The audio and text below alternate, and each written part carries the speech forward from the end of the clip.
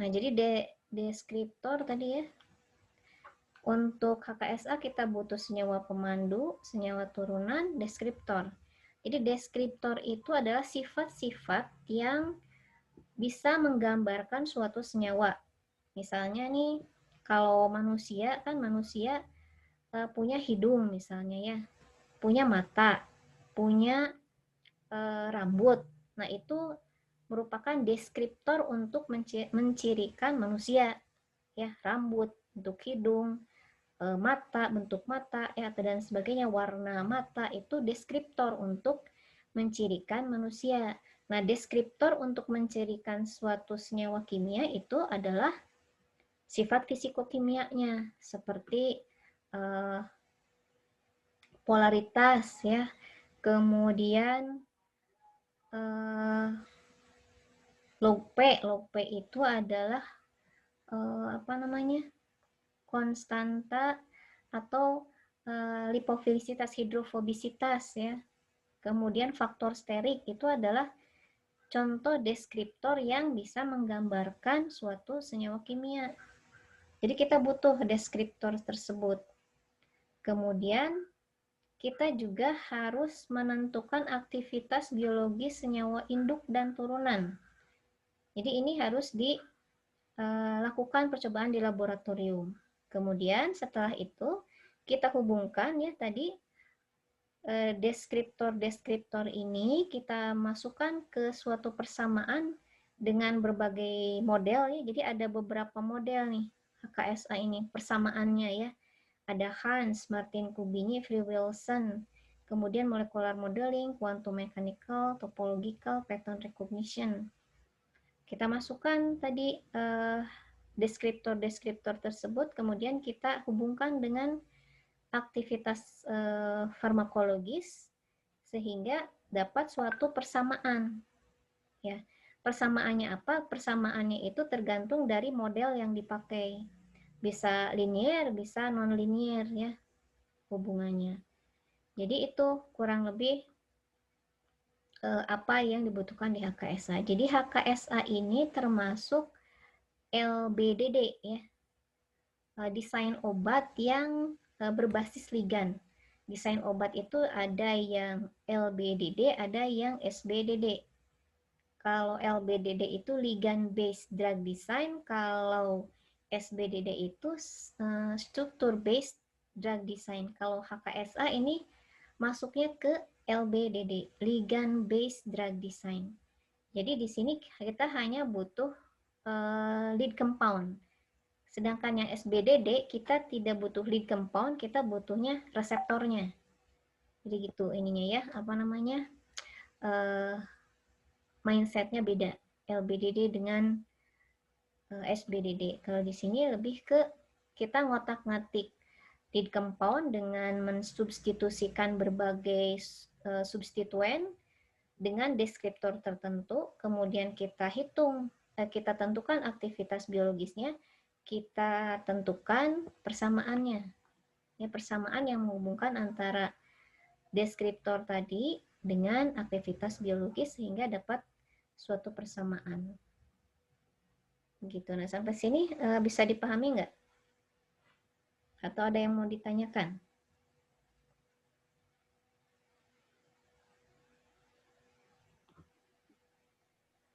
Ada yang mau ditanyakan? Sudah paham atau belum?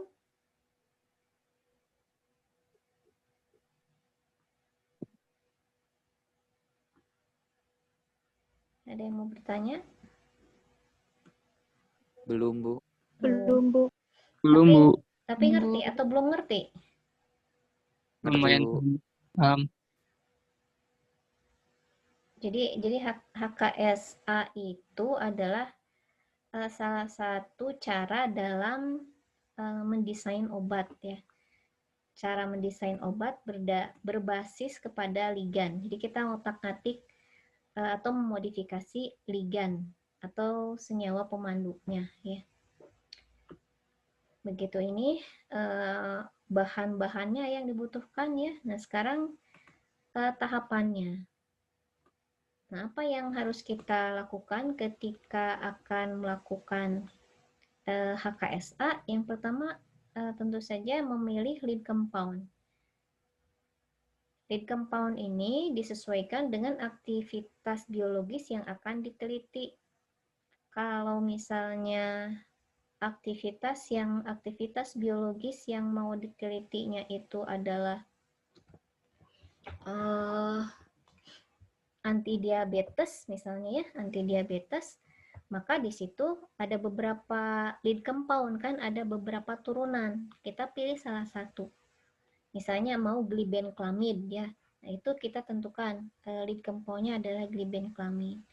Nah, kemudian glibenclamide itu dibuat berbagai turunannya. Kita substitusikan berbagai gugus ya, berbagai gugus fungsi ke dalam struktur glibenclamide. Jadi kita lakukan modifikasi struktur senyawa pemandu atau senyawa lead compound, menghasilkan senyawa turunan. Nah, ini sebetulnya untuk memasukkan satu gugus ke lead compound itu tidak asal masukin aja. Ada beberapa aturan yang bisa diikuti.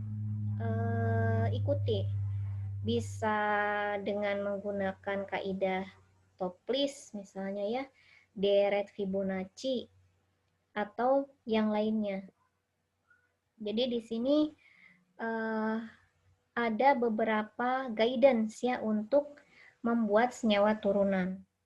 Misalnya dengan mengganti gugus dengan isosternya misalnya ya. Itu mungkin nanti dijelaskan secara terpisah ya. Jadi tidak asal main masukin gugus ke dalam struktur. Ya, kita bisa mengikuti kaidah-kaidah yang sudah ada gitu ya, supaya lebih memudahkan, supaya lebih terarah gitu ya. Nah, kemudian setelah senyawa turunannya disintesis,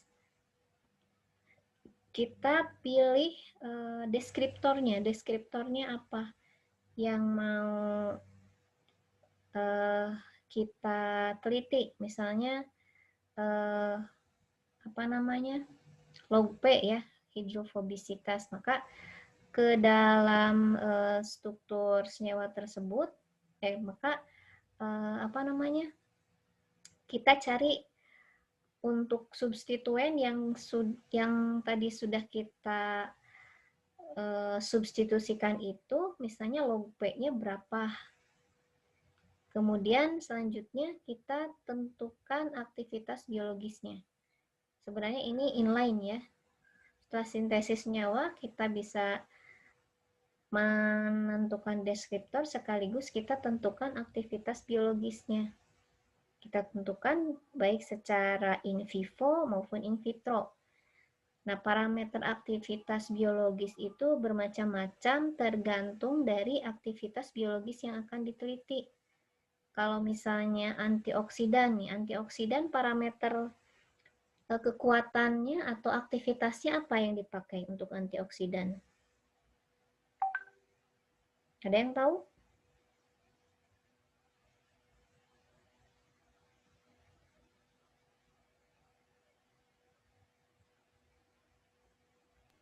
DPPH bukan, Bu? DPPH itu adalah regennya. Kalau yang diamati, yang dihitung dari aktivitas antioksidan itu apa? Parameternya untuk menentukan dia itu antioksidan yang baik atau buruk itu dari apanya?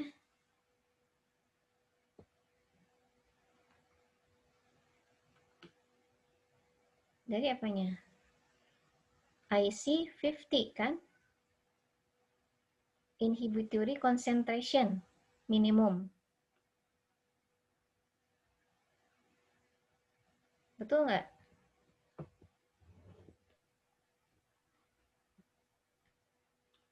Bisa dipahami nggak nih? Iya, Bu. Ya, jadi di sini kalau misalnya kita mau menentukan antioksidan, ya diukur IC50-nya berapa. Kemudian nanti deskriptor yang sudah kita pilih tadi kita masukkan ke berbagai persamaan tergantung dari model yang dipakai. Nah, model matematis yang biasa dipakai untuk HKSA itu adalah model Hans. Meskipun ada beberapa model HKSA ya, tapi yang paling banyak digunakan itu adalah model Hans ya. Nah, sampai sini ada yang mau ditanyakan nggak?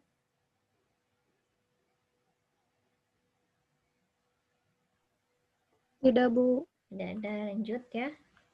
Nah, kemudian kita bahas tentang itu deskriptornya ya. Deskriptor itu adalah sifat fisikokimia yang digunakan untuk mengetahui hubungan kuantitatif antara aktivitas biologis dengan struktur. Nah, kemudian deskriptor itu merupakan parameter dari suatu sifat molekular. Misalnya apa? Misalnya di sini lipofilisitas. Tahu lipofilisitas? Lipofil tahu? Larutan dalam air, bukan, Bu? Lipofil. Kalau kelarutan ya lipofilisitas menunjukkan kelarutan dalam air. Jadi kalau yang lipofil itu artinya kelarutan dalam airnya gimana? Sedikit. Yang lipofil kelarutan dalam airnya sedikit, artinya dia lebih larut di dalam lemak kan kalau lipofilisitas tinggi. Nah, ini deskriptornya untuk menggambarkan lipofilisitas itu adalah log P, kemudian Pi, ya, F, Rm, dan X ini ya. Jadi ini adalah deskriptor-deskriptor yang bisa menggambarkan lipofilisitas suatu senyawa. Kemudian sifat molekular lainnya adalah polarizability atau polarisitas. Polarisitas ini berperan dalam interaksi van der Waals ya. Van der Waals ini deskriptornya ini ada MR, ada parakor, ada MV. Ya, nanti MV itu apa dijelaskan nanti. Kemudian densitas elektron. Densitas elektron ini berperan dalam ikatan ion, dipol-dipol ya, ikatan hidrogen, kemudian transfer elektron ya, muatan transfer. Ini adalah deskriptor-deskriptornya. Deskriptor-deskriptornya, kemudian topologinya itu berhubungan dengan steric hindrance. Steric hindrance itu halangan sterik dan geometric fit, kecocokan geometris. Ini ada ES ya, efek sterik, RV, LB, distances itu jarak ya, jarak ikatan, sama volume ruang dari senyawa tersebut. Ya, jadi lipofilisitas ini akan menentukan mudah tidaknya dia menembus membran sel yang terdiri dari lapisan lemak bilayer ya. Membran sel kita kan terdiri dari lipoprotein ya. Jadi lipofilisitas itu bisa menggambarkan bagaimana dia akan bisa menembus sel atau tidak. Sedangkan ini topologi ya, topologi itu yang berkaitan dengan kecocokan geometri itu berhubungan dengan bisa tidaknya atau interaksi dia dengan reseptor. Karena untuk bisa berinteraksi dengan reseptor perlu kecocokan geometri ya, kecocokan ruang, kemudian kecocokan sterik ya, sehingga bisa menempati ruang dari reseptor itu dengan baik dan menimbulkan efek farmakologis tertentu. Nah, kemudian di sini yang deskriptor yang paling banyak dipakai untuk mengetahui hubungan struktur aktivitas itu adalah log P.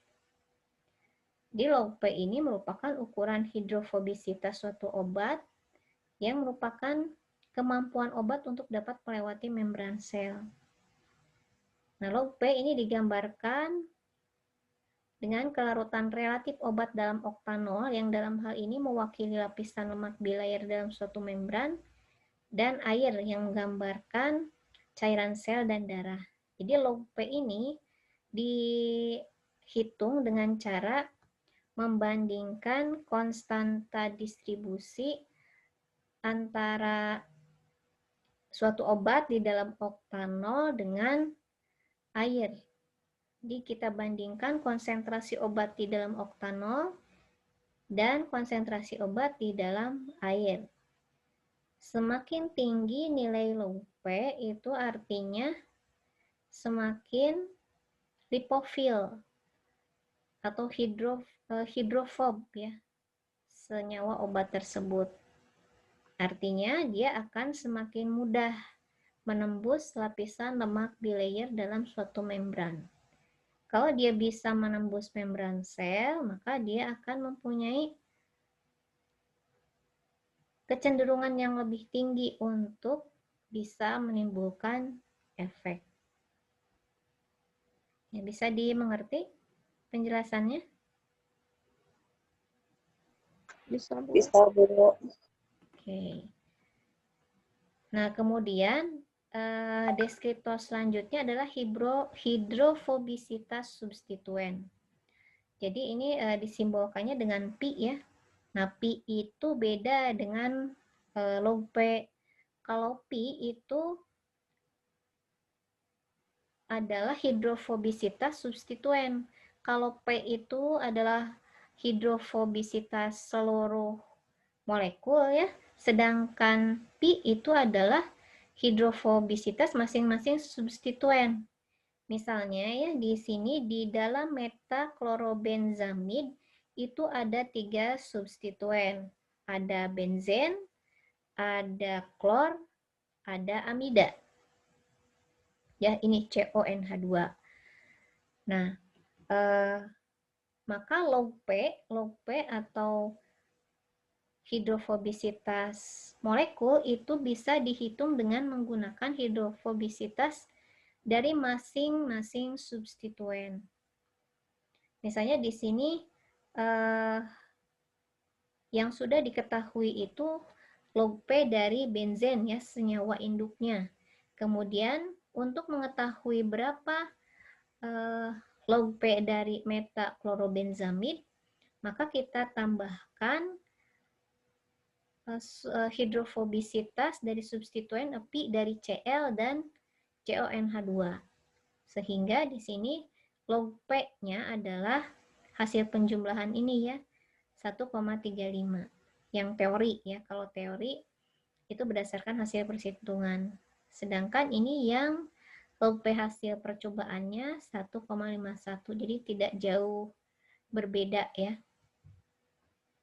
Nah, pengukuran bedanya dengan log P itu adalah hidrofobisitas keseluruhan molekul.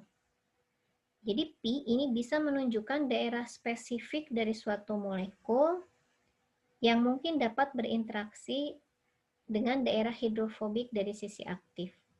Jadi kalau reseptor itu kan punya sisi aktif ya, sisi aktifnya itu bisa terdiri dari gugus hidrofob atau hidrofil.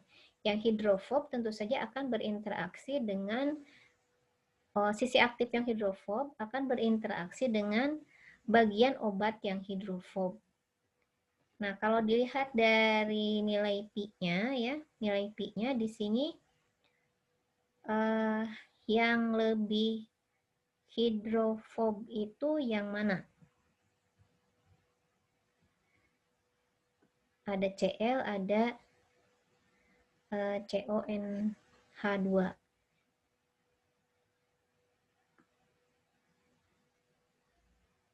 Ini nilainya ini ya. Kalau PiCl itu berarti plus ya, plus 0,71. PiCONH2 berarti min 1,49.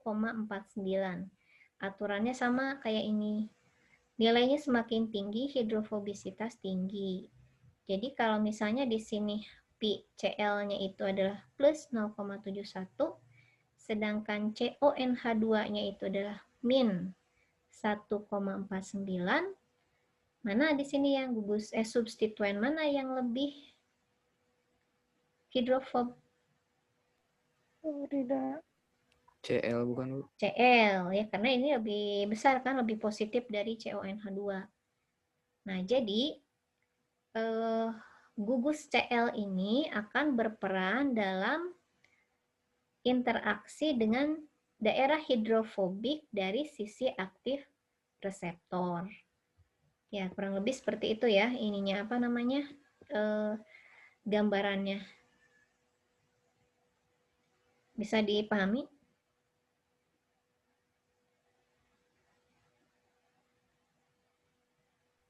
Ibu izin bertanya. Ya. Kalau cara ngebedain log P sama V itu gimana, Bu? Kan yang ini dicontoh yang benzen itu log P, sedangkan yang Cl sama yang amida itu V gitu, Bu. Nah, log P benzen ini itu senyawa induknya ya, senyawa induk. Nah, log P benzen ini sudah diketahui banyak di literatur gitu ya. Sedangkan yang Cl sama CONH2 ini adalah substituen. Substituen itu artinya bagian atom atau senyawa yang mensubstitusi H dari benzen tersebut gitu. Kalau ini log P benzen ini asalnya benzen sekian. Kalau misalnya disubstitusi dengan Cl, berarti log P-nya jadi berapa? Tanpa CONH2.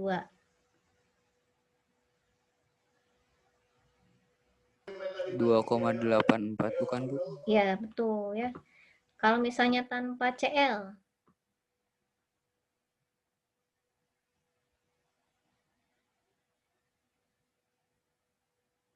cuman CONH2 aja.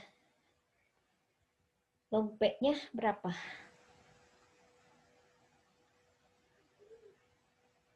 .64 itu kan, 2,64. 0,64. 0, berapa? 0,64. Nah, dari sini apa yang bisa saudara tarik kesimpulan dengan adanya substitusi Cl dan NaCO gugus amida ke dalam struktur benzen? Struktur substitusi Cl ke benzen bagaimana? Dilihat log P-nya. Dapat meningkatkan hidrofobitas, Bu. Iya, betul. Kalau substitusi gugus amida ke cincin benzen akan bagaimana pengaruhnya? Mengurangi hidrofobitas. Mengurangi hidrofobisitas. Dia artinya akan lebih larut di dalam air ya kalau disubstitusi dengan gugus amida. Nah, itulah yang akan kita pelajari di dalam HKSA. Bagaimana pengaruh substitusi dari berbagai substituen terhadap tadi faktor-faktor hidrofobisitas ya, kemudian sifat-sifat molekular lainnya yang nanti akan dihubungkan dengan aktivitas biologisnya. Jadi itu yang akan kita pelajari dalam HKSA ya. Nah, bisa dipahami dari sini? Nah, jadi ini nilai-nilai ini itu diperoleh melalui percobaan ya, melalui percobaan. Jadi kalau untuk melakukan HKSA kita itu perlu database yang dihasilkan dari percobaan, beda dengan yang docking, yang SBDD.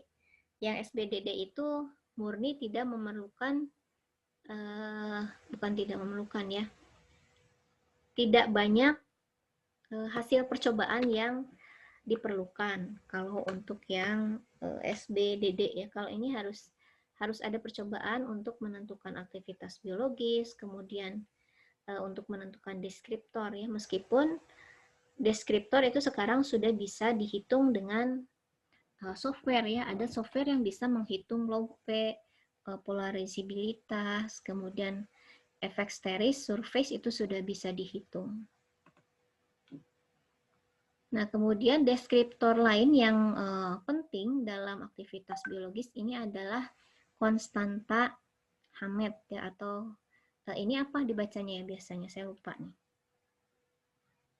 Bukan pi, apa ya? Tahu atau apa nih? Ya pokoknya inilah ya. Nah, konstanta Hammett ini mengukur efek pelepasan dan penerimaan elektron dibandingkan terhadap asam benzoat dan bagaimana pengaruhnya terhadap ionisasinya. Nah, konstanta Hammett ini menggambarkan reaktivitas intrinsik suatu obat dikaitkan dengan faktor elektronik yang disebabkan oleh substituen aril. Jadi di sini konstanta Hammett ini menggambarkan apakah dia itu cenderung untuk melepaskan elektron atau sebagai donor elektron gitu ya. Itu diukurnya dengan konstanta Hammett ya, konstanta Hammett. Jadi misalnya di sini ada gugus benzen yang disubstitusi dengan gugus karboksilat ya. Jadi ini COOH, ini arilnya, ini karboksilat, ini benzinnya. Kalau misalnya X ini adalah substituen yang gugus penarik elektron ya, gugus penarik elektron, maka reaksinya itu akan bergeser ke kanan. Bergeser ke kanan, kenapa? Karena di sini gugus penarik elektron ini akan menarik elektron dari benzen, kemudian benzen akan menarik elektron dari sistem COOH ini ya, sehingga kemampuan COOH untuk mengikat H itu akan menjadi lebih lemah. Akibatnya apa? Akibatnya dia akan lebih mudah melepaskan H+. Jadi di sini Kx-nya akan lebih besar karena konsentrasi H+-nya kan jadi lebih tinggi. Ya, jadi dia lebih asam kalau misalnya si benzen ini terikat dengan gugus penarik elektron atau electron withdrawing substituent. Ya, jadi equilibriumnya akan bergerak ke kanan. Sedangkan kalau misalnya X ini adalah pendorong elektron, ya ini panahnya berarti ke sini ya, itu pendorong elektron atau elektron donor substituen, ini akan menyebabkan kerapatan elektron di benzen ini lebih tinggi, sehingga dia akan mendistribusikannya ke ini, sistem COOH. Jadi COOH juga kerapatan elektronnya lebih tinggi, sehingga kekuatannya dalam mengikat H, ya, kekuatan O dalam mengikat H itu akan lebih kuat, karena kerapatan elektronnya kan tinggi ya, akan lebih kuat, sehingga dia akan lebih susah untuk melepaskan H+. Jadi keseimbangannya bergeser ke kiri, sehingga di sini konsentrasi H+ nanti akan lebih kecil dan Kx-nya lebih kecil dibandingkan kalau misalnya substituen X-nya itu adalah gugus penarik elektron. Ya, bisa dipahami nggak penjelasannya?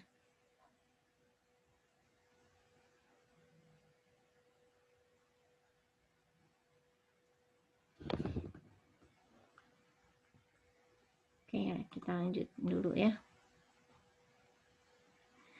Nah, jadi kalau gugus penarik elektron itu akan mempunyai konstanta Hammett yang positif.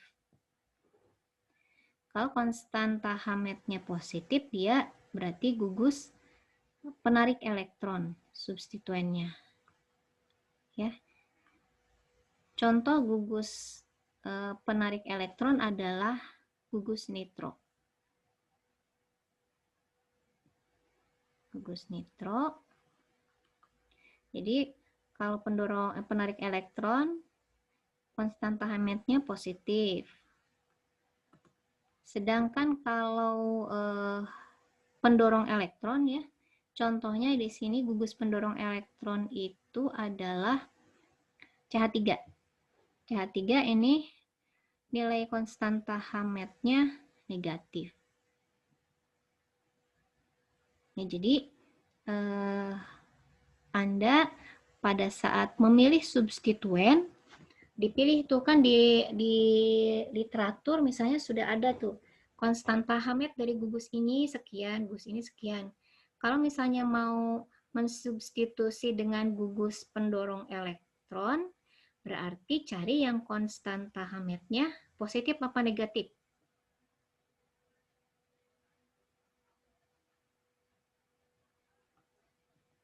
Halo? Iya, Bu. Kalau misalnya kita mau meningkatkan keasaman dari struktur ini, struktur benzen salisilat, benzoat ya, ini asam benzoat kan ya, mau meningkatkan keasaman asam benzoat, substituennya harus penarik elektron atau pendorong elektron.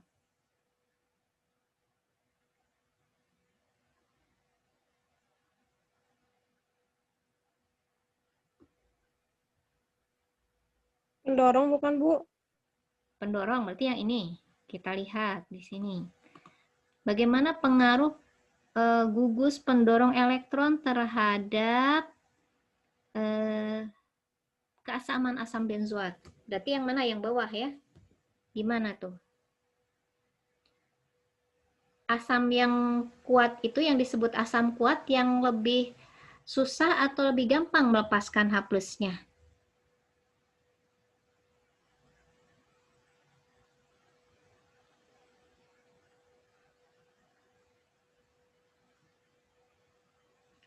Hello? Lebih gampang bukan, Bu? Ya, lebih gampang. Berarti kita pilih yang mana kalau mau meningkatkan keasaman dari asam benzoat? Harus ditambahkan, harus disubstitusi dengan gugus penarik elektron atau gugus pendorong elektron? Penarik elektron bukan, Bu? Dengan penarik elektron ya. Kalau pendorong elektron mah jadi susah, lebih susah dong melepaskan H+-nya. Ya, ini, yang ini ya. Ya, ngerti nggak? Iya, Bu. Oke ya. Iya, Bu. Nah, jadi dilihat ininya konstanta Hammett-nya ya. Untuk yang NO2, konstanta Hammett-nya nanti positif. Ya, kalau yang konstanta Hammett-nya itu positif, berarti dia itu gugus penarik elektron ya. Dicatat ya. Konstanta Hammett positif itu gugus penarik elektron. Sedangkan yang konstanta Hammett-nya negatif itu adalah gugus pendorong elektron. Electron donating group.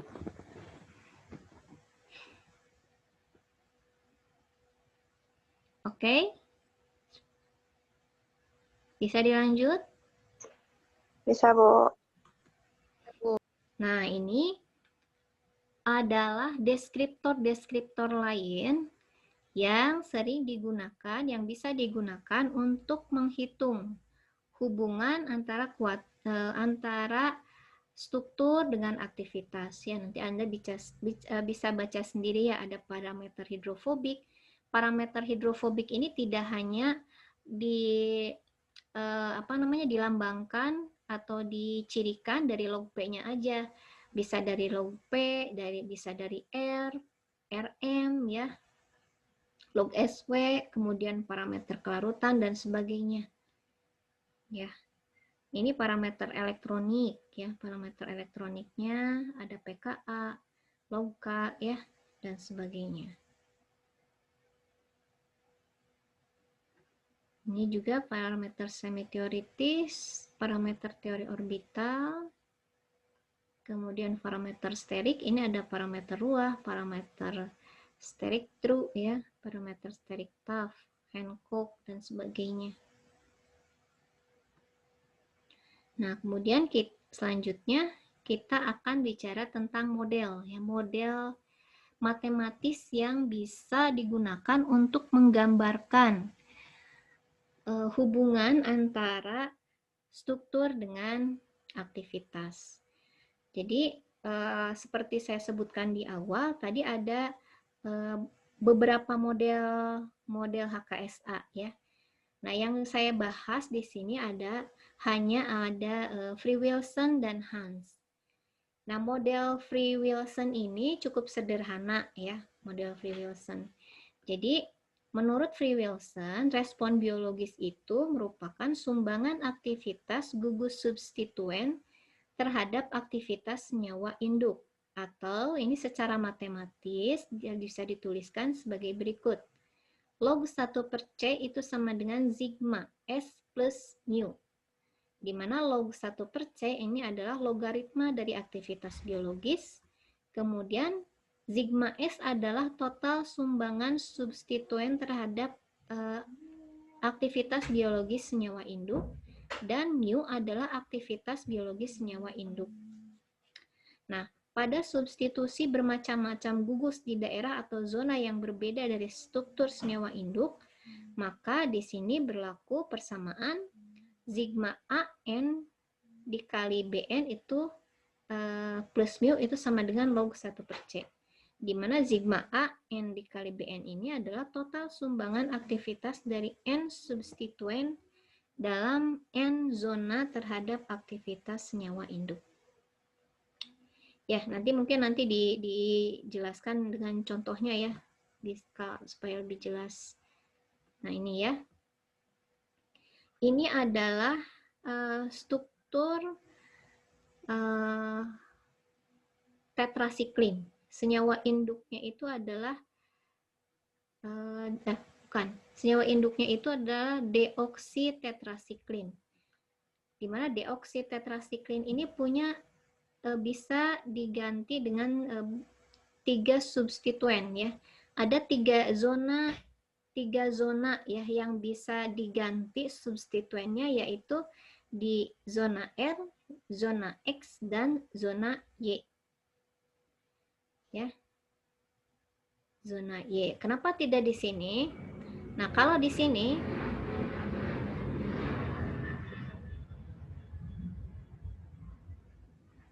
kalau misalnya kita otak-atik struktur yang di sini, ini kemungkinan akan menurunkan aktivitas biologisnya. Karena setiap senyawa itu punya gugus farmakofor kan. Gugus farmakofor itu adalah gugus yang berperan dalam timbulnya aktivitas biologis. Sedangkan yang R, X, dan Y ini gugus yang berperan dalam interaksi antara substituen dengan reseptor, gitu ya. Kalau ini kalau R di posisi R, X, dan Y ini kita rubah-rubah, ini tidak akan menghilangkan efek antibiotik dari deoksitetrasiklin. Berkurang atau bertambah mungkin, tapi tidak akan hilang sama sekali. Nah, di sini kalau menurut persamaan Free Wilson, berarti di sini ada 3 zona ya. Zona A, B, dan C. Karena di sini daerah yang bisa diganti substituennya itu ada R, ada X, ada Y. Nah, di sini menurut percobaan ini, di gugus R ini akan disubstitusi oleh 2 substituen. Yang satu oleh H, yang satu oleh CH3. Sedangkan yang di gugus X ini akan dilakukan variasi substituen, 3 variasi substituen, yaitu dengan NO2, dengan Cl, dengan Br. Di posisi Y ini nanti akan disubstitusi dengan NO2, NH2, dan NHCOCH3. Ya, ini sampai sini paham nggak penjelasannya? Ada yang mau ditanyakan dulu nggak?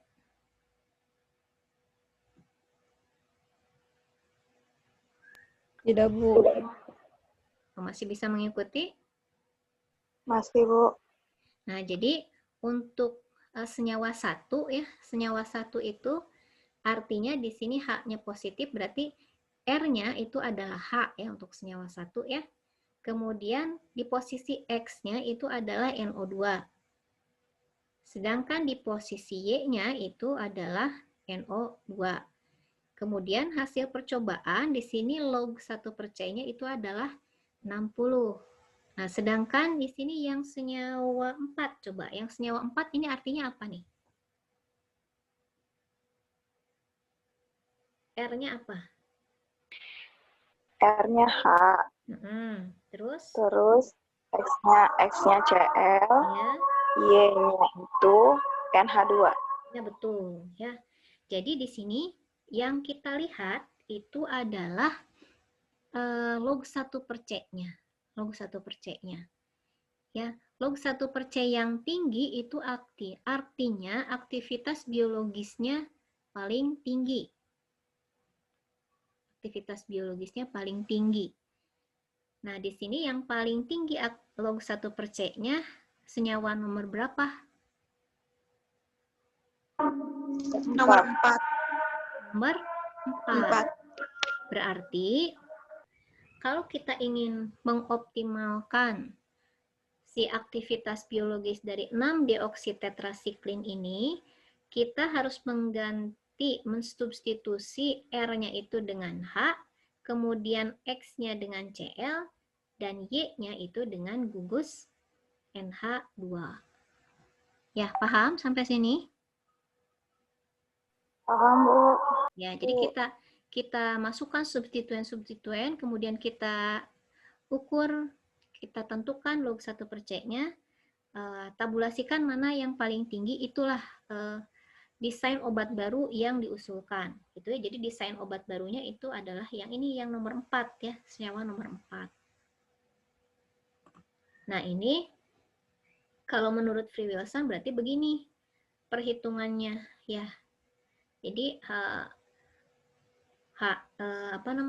aktivitas biologis H pada posisi R, aktivitas biologis Cl pada posisi X, dan aktivitas biologis NH2 pada posisi Y. Ditambah mu. Mu ini adalah aktivitas biologis senyawa induk. Nah, itu bisa dihitung dari sini. Kalau misalnya posisi substituennya itu di R-nya itu adalah H misalnya ya, H, maka sumbangan aktivitasnya berarti di sini adalah 75. Kalau X-nya itu NO2, di posisi X-nya itu NO2, berarti di sini sumbangan aktivitasnya adalah -26. Kalau misalnya di sini NO2-nya di posisi Y, ini berarti sumbangan aktivitasnya itu adalah negatif 208. Sedangkan mu-nya itu adalah 161. Ya, kemudian ini di logkan hasilnya seperti ini. Ya, bisa dipahami nih?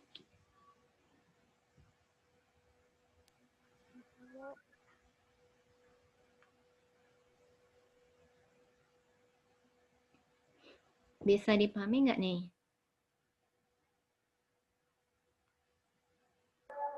Bisa, Bu. Ya, lanjut. Nah, sekarang yang Hans ya. Ibu mau nanya dulu. Ya, kenapa? Kan yang tadi itu kan untuk senyawa deoksitetrasiklin kan, Bu. Nah, itu kan substituen R, X sama Y itu ditentuin. Nah, kalau misalnya nanti bukan senyawa 6-deoksitetrasiklin itu apakah substituennya berubah juga atau gimana, Bu? Bisa sama, bisa berubah. Tergantung Anda milihnya mau substituennya sifatnya apa. Jadi dilihat dulu deskriptornya untuk masing-masing substituen. Ya, NO2 itu kan tadi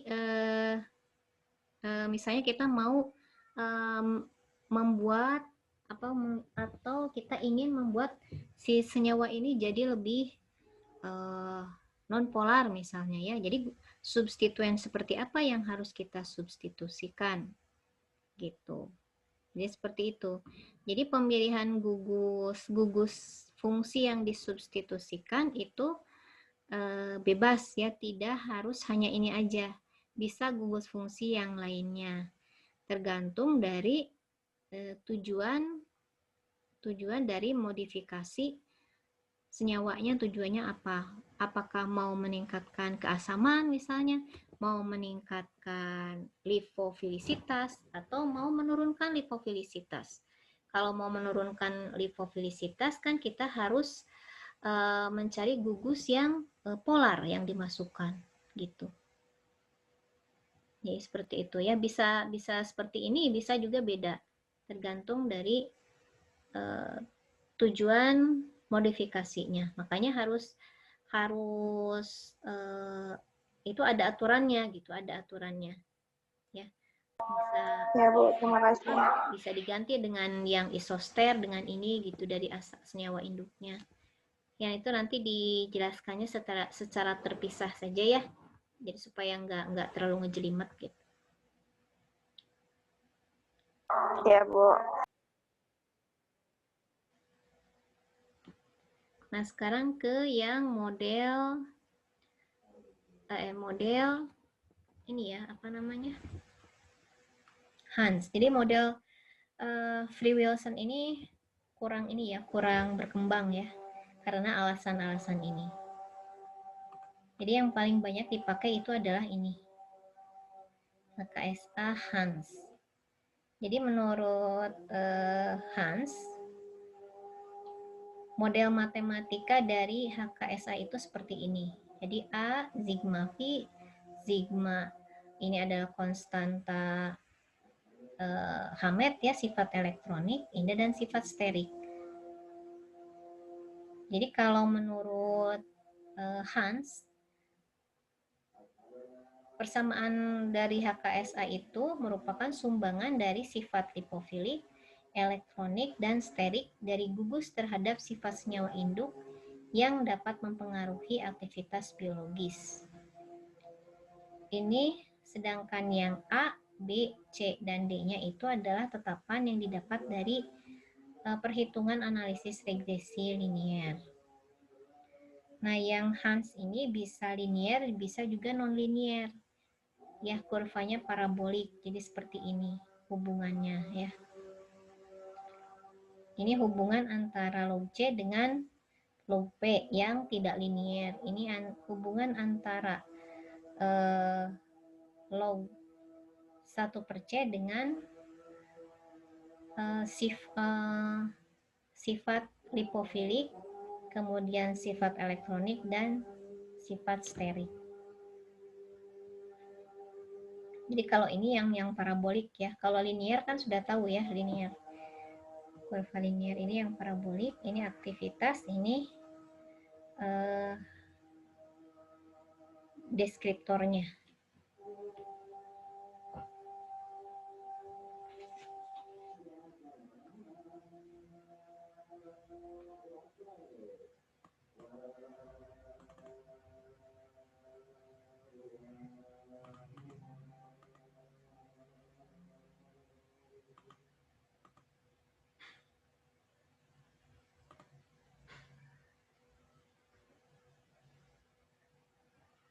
Nah, jadi berbeda dengan yang model Free-Wilson tadi ya. Model HKSA Hans ini memperhitungkan sifat-sifat molekuler dari substituen ya, sifat lipofilik, sifat elektronik, dan sifat sterik. Kemudian diplotkan terhadap respon biologis. Contohnya ini dan ini ya, bisa linier, bisa non-linier hubungannya ya. Seperti itu. Kemudian hasil dari perhitungan tadi ya, perhitungan aktivitas biologis itu biasanya dihitung dengan statistik ya. Kalau untuk yang regresi linearnya, di sini ada persamaannya Y sama dengan AX plus B. Itu kalau misalnya parameternya hanya satu, misalnya log P saja. Kalau misalnya parameternya ada beberapa ya, ada log P, log P gitu ya, atau ES itu, maka persamaannya jadi ada beberapa variabel. Gini ya. Nah, ini yang dihitung ininya apa namanya? Parameter-parameternya dengan cara statistik.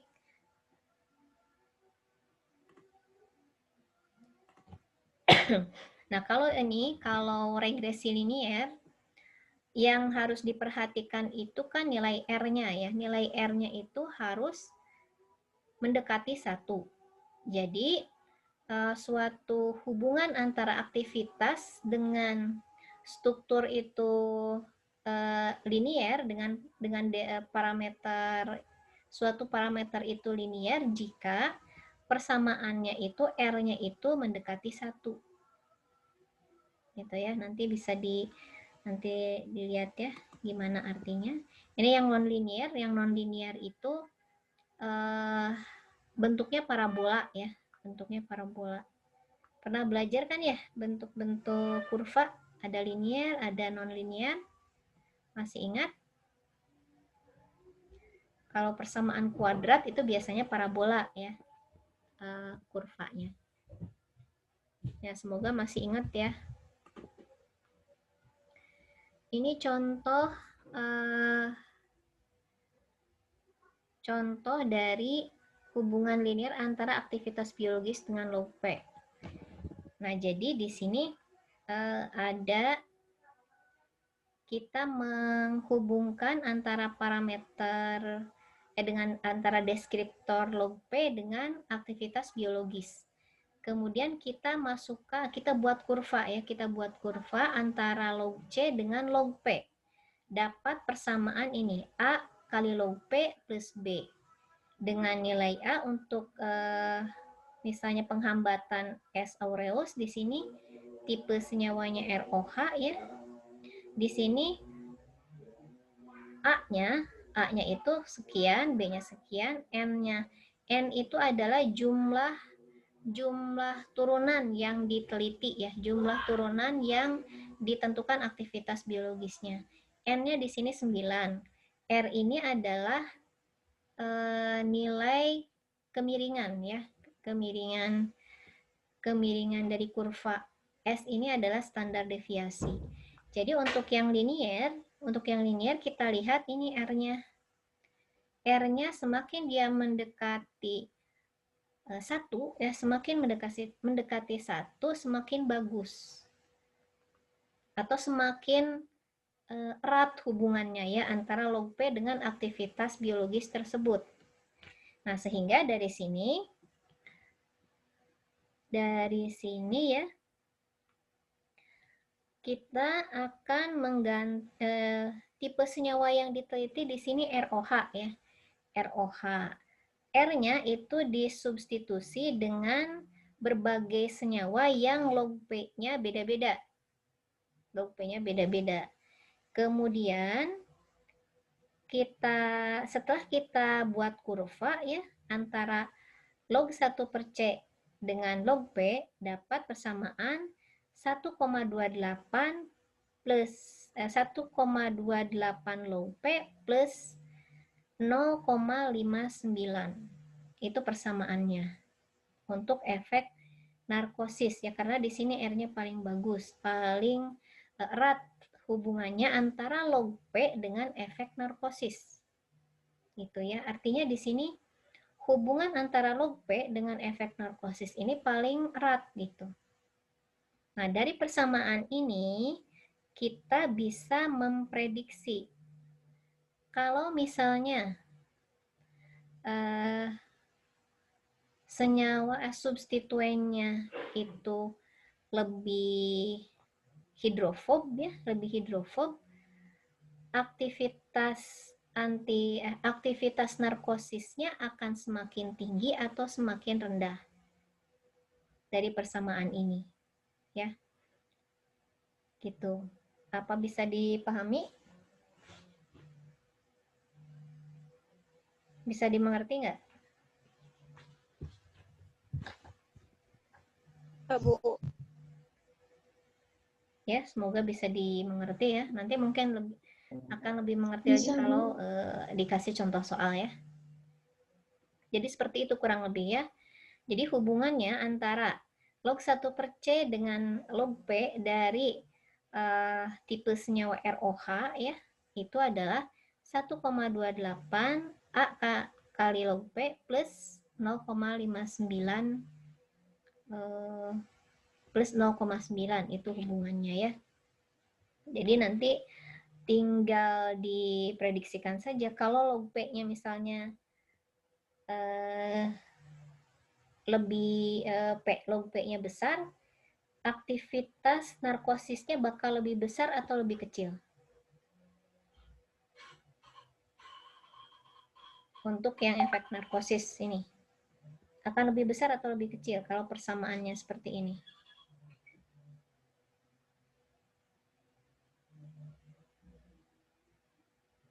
Misalnya log P-nya di sini 0,5 ya. Log P-nya 0,5 sama 1. Jadi kita substitusikan dengan gugus R yang nilai log P-nya 0,1. Coba hitung log 1/C-nya. Kalau 0,1 ya, log P kita R-nya ganti dengan gugus yang nilai log P-nya itu 0,1. Bandingkan dengan kalau kita ganti R-nya itu dengan log P yang nilainya misalnya 5. Log P yang nilainya 3. Nah, mana yang akan lebih besar aktivitasnya? Kalau diganti dengan yang kurang lipofil atau yang lebih lipofil? Yang log P-nya besar? Dihitung.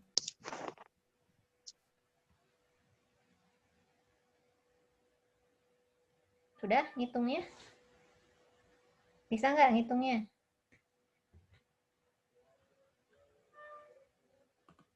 Jadi di sini log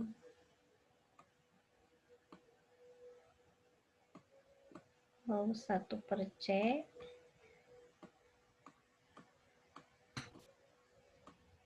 sama dengan yang ini ya, 1,28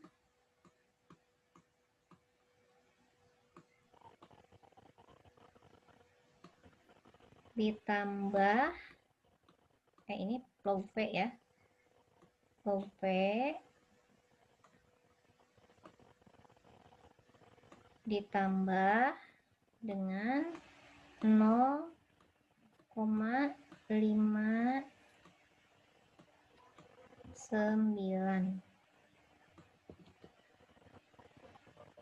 Nah, ini adalah hubungan antara aktivitas narkosis dari suatu senyawa yang rumus umumnya ROH terhadap log P. Hubungannya seperti ini. Ya, hubungannya seperti ini. Log 1/C sama dengan 1,28 log P plus 0,59. Nah, dari sini ya, dengan mengetahui persamaan ini, kita bisa memprediksikan bagaimana aktivitas biologi suatu obat kalau misalnya substituen R-nya diganti dengan nilai log P yang lebih besar atau lebih kecil. Di sini semakin besar log P, apakah aktivitas biologisnya semakin meningkat atau semakin menurun? Kalau dari persamaan ini. Meningkat. Meningkat ya. Jadi kalau kita ingin meningkatkan aktivitas narkosis dari ROH, maka kita perlu substitusikan R ini dengan substituen yang log P-nya tinggi. Nah, begitu maksudnya dari HKSA ya. Jadi HKSA itu mencari hubungan seperti ini. Sehingga kita bisa mengevaluasi atau memprediksi senyawa dengan dari link compound yang sama dengan substituen yang berbeda gitu. Kalau misalnya R-nya diganti ini, kira-kira aktivitasnya gimana nih, naik atau turun gitu ya. Jadi HKSAT mencari ini yang dicari di HKSA ya. Hubungan ini, persamaan ini yang dicari ya. Nah, bisa dipahami nggak? Bisa dimengerti? Bisa, Ibu. Bisa, Bu. Oke ya.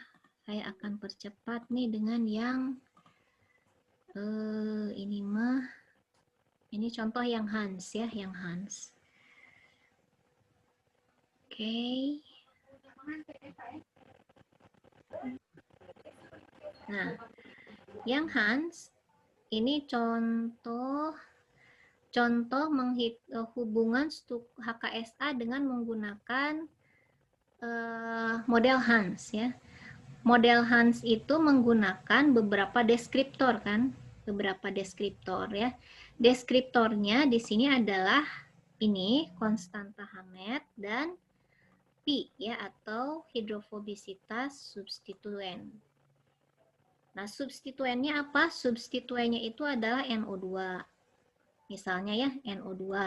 Kalau di posisi R-nya itu diganti oleh gugus NO2 yang konstanta Hammett-nya 0,71 dan Pi-nya 0,06, maka log A-nya atau aktivitasnya adalah 2. Ya, ini hasil pengamatan, ini hasil perhitungan. Begitu ya. Kita lihat lagi di sini. Ya, seperti ini. Kalau diganti dengan gugus CN, N itu konstanta Hammett-nya sekian, ininya sekian, dapatnya sekian. Nah, di sini persamaannya ya, persamaan yang menghubungkan antara aktivitas dengan deskriptor konstanta Hammett dan hidrofobisitas adalah ini. Ini menurut Hans ya. Jadi persamaannya itu non-linear, persamaan terbaiknya ya. Jadi kita ini untuk menentukan ini apakah persamaannya linear atau tidak linear, kita coba-coba dulu ya. Kalau misalnya dicoba dengan persamaan yang linear itu R-nya tidak mendekati 1, berarti itu persamaannya non-linear. Nah, di sini R-nya didapat yang mendekati 1 ya. Nah, di sini artinya apa di sini ya? Log A ini hubungan kuantitatif struktur aktivitasnya persamaannya adalah log A sama dengan min 0,54 kali pi kuadrat plus 0,48 pi plus 2,3 kali ini konstanta Hammett plus 0,22. Ini artinya ya, artinya di sini ada hubungan parabolik yang bermakna antara sifat elektronik atau ini ya, apa sih ini namanya ya, sigma atau apa ya, bukan ya, bukan sigma ya ini ya, atau tau ya, antara sifat elektronik dan lipofilik atau pi ya dari gugus R turunan Chlorphenicol dengan aktivitas antibakteri terhadap Staphylococcus aureus.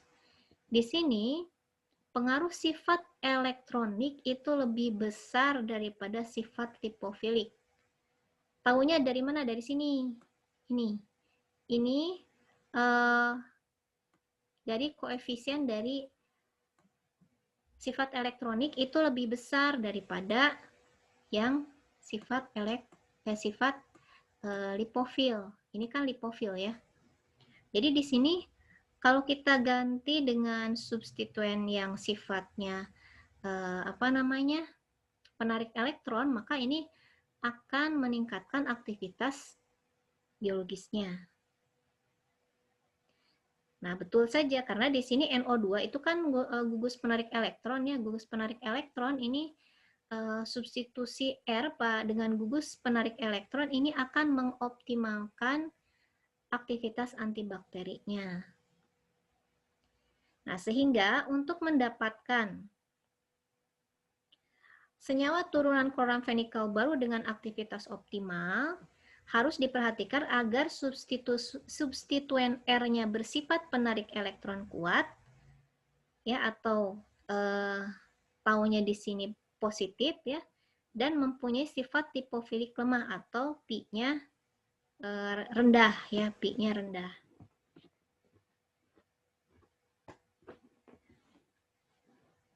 Gitu. Bisa dimengerti nggak? Sampai sini. Itu contoh dari penerapan model HKSA, Hans, dan Free Wilson. Jadi yang paling banyak digunakan ini yang Hans, ya. Jadi Anda bisa lihat contoh-contoh lainnya, ya, bisa dilihat nanti. Ini yang Hans ini lebih banyak dipakai karena alasan-alasan ini, ya.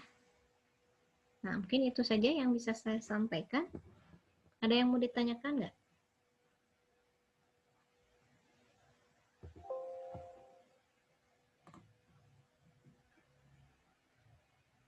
Ada yang mau ditanyakan?